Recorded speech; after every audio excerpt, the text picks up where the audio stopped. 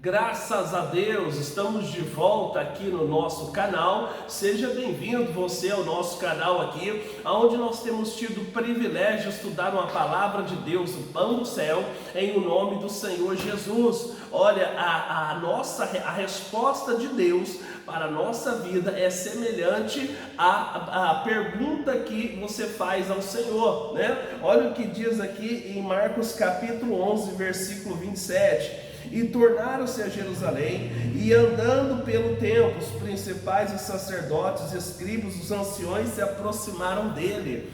A Bíblia diz em Marcos 11, 27, que Jesus estava andando no templo, vieram os principais dos sacerdotes, vieram os chefes dos sacerdotes. A Bíblia diz que vieram ali também os escribas. Os escribas eram aquele que fazia, que escrevia, que redigia as leis. É mais ou menos aos vereadores para o município, né? Os vereadores para o município, ele é o poder legislativo, é ele que elabora as leis para a necessidade daquele município, como por exemplo a Câmara dos Deputados Federais, é ele que estabelece, que elabora as leis a âmbito nacional. Então estava ali os escribas e estava também os anciões se aproximaram de Jesus. Nós não estamos falando de pessoas leigas, nós estamos falando de pessoas que tinham uma alta bagagem, pessoas experimentadas. Os anciões poderiam não ter uma faculdade científica, mas tinham uma faculdade empírica, né? Quando o tempo vai passando, mesmo que a pessoa que não teve oportunidade de estudar, ela tem uma experiência de vida, ela tem uma vivência de vida. E eles disseram o seguinte, eles disseram, com que autoridade faz essas coisas, né? Ou com quem te deu tal autoridade para fazer essas coisas?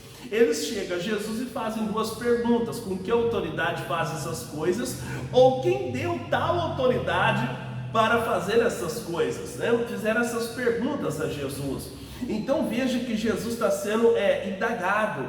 O que move o mundo são as perguntas, né? O que move o mundo, às vezes, até para responder uma pergunta, Jesus fazia outra pergunta. Jesus amava as perguntas. As pessoas que fazem perguntas, elas têm a necessidade, têm interesse de aprender, porque tem pessoas que entram mudo e saem calado. Eu costumo dizer, quando eu lidero obreiros, o seguinte, que não existe pergunta idiota, por mais idiota que pareça, né? O idiota é a pessoa ir embora com dúvida e não fazer a pergunta. Eles fizeram essa pergunta para o Senhor Jesus. Jesus estava sendo interrogado. A resposta de Deus para a sua vida é proporcional à resposta que damos a Ele. Dependendo da resposta que nós estamos dando a Deus, determina o tamanho da resposta que Deus vai dar para você. A Bíblia diz no versículo 29, mas Jesus respondendo disse-lhes, também eu vos perguntarei uma coisa, e responder-me-ei, e então vos direi com que autoridade faço essas coisas. Jesus falou, vou fazer uma pergunta para vocês, e quando vocês me responderem essa minha pergunta, eu respondo as suas duas perguntas para vocês. E aí Jesus faz a pergunta, o batismo de João era do céu ou dos homens? Respondei-me. E eles arrazoavam entre si, dizendo, se dissermos do céu, ele nos dirá, então por que não creste? Se porém dissermos dos homens, tememos o povo, porque todos sustentavam que João verdadeiramente era profeta. E aí eles disseram, se nós dissemos que é do céu, Jesus vai dizer, por que nós não cremos? Se nós dissemos que é dos homens, nós tememos o povo, porque o povo cria que João era um profeta. Então, o versículo de número 33, né? E respondendo disse a Jesus, não sabemos. E Jesus lhes explicou, também eu vos não direi com que autoridade faço essas coisas. Então você vê que é o seguinte, depende da resposta que você dá a Ele, depende da resposta que você recebe dele. Qual é a resposta que nós temos dado para Deus, né? Existem pessoas que a resposta que ela tem dado para Deus, às vezes ela está reclamando da sua condição, da sua situação. É referente à resposta que ela tem dado para Deus. Nós precisamos da bênção do Senhor na nossa vida, no nome de Jesus. No capítulo 12, aqui de Marcos mesmo, no verso 28, diz assim, 12, 28. E aproximou-se dele um dos escribas que os tinha ouvido disputar, e sabendo que lhes tinha respondido bem, perguntou-lhe qual é o primeiro de todos os mandamentos. Então Jesus mal saiu de atender os escribas ali, vem outro escriba. A Bíblia fala aqui, aproximou-se dele um dos escribas que tinha ouvido disputar, e sabendo que tinha respondido. Agora esse primeiro, ele observou, ele viu Jesus disputar, ele mediu o grau de instrução de Jesus, e aí ele vem fazer uma pergunta: qual é o primeiro de todos os mandamentos?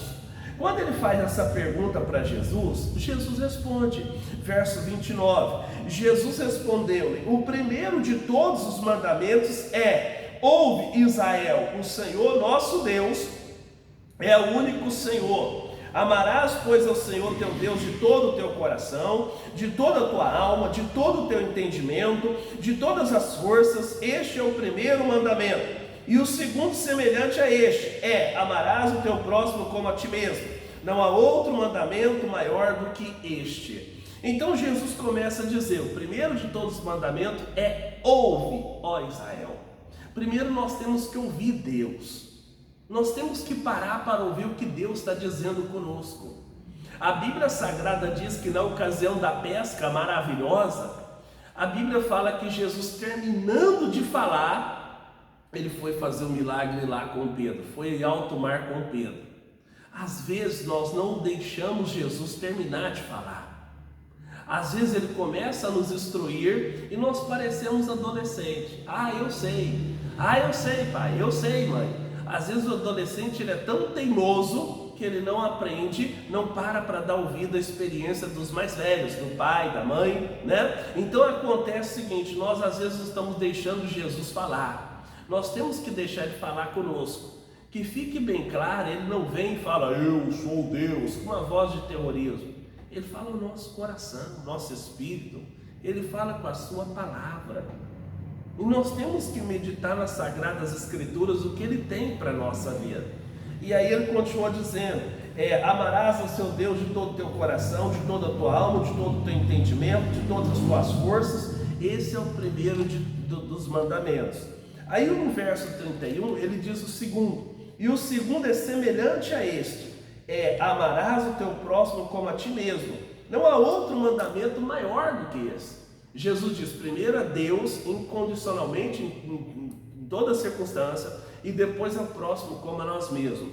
Jesus terminou de falar, versículo 32, e o escriba lhe disse: muito bem, mestre, e com verdade disseste que há um só Deus, e que não há outro além dele. Esse escriba, Jesus falou sobre amar a teu Deus sobre todas as coisas, sobre todo entendimento. Jesus falou próximo a ti mesmo. Ele só ficou uma coisa que ele ouviu na cabeça dele: que só existe um Deus. Só isso ficou na cabeça dele. Então às vezes Deus está nos instruindo muitas coisas, só que às vezes nós não estamos nos permitindo guardar o que Deus está nos instruindo. E aí acontece o seguinte, ele continua dizendo aqui no 33: em que amá-lo de todo o coração, de todo o entendimento, de toda a alma, de todas as forças, é amar o próximo como a si mesmo. É mais do que todos os holocaustos e sacrifícios. E Jesus, vendo que havia respondido sabiamente, disse-lhe: não está longe do reino de Deus. E já ninguém ousava perguntar-lhe mais nada.